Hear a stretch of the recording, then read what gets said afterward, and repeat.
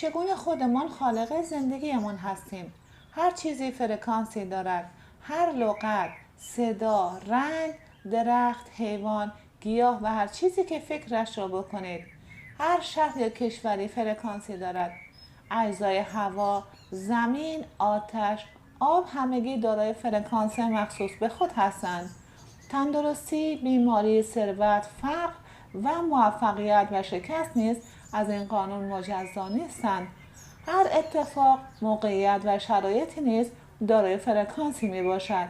حتی احساسات و افکار شما.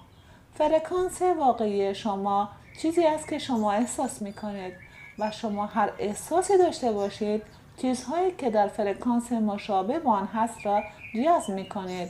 وقتی شاد هستید و دائما این احساس را دارید، در این صورت فقط افراد شاد، شرایط خوب و اتفاقات خوب به سراغتان خواهند آمد.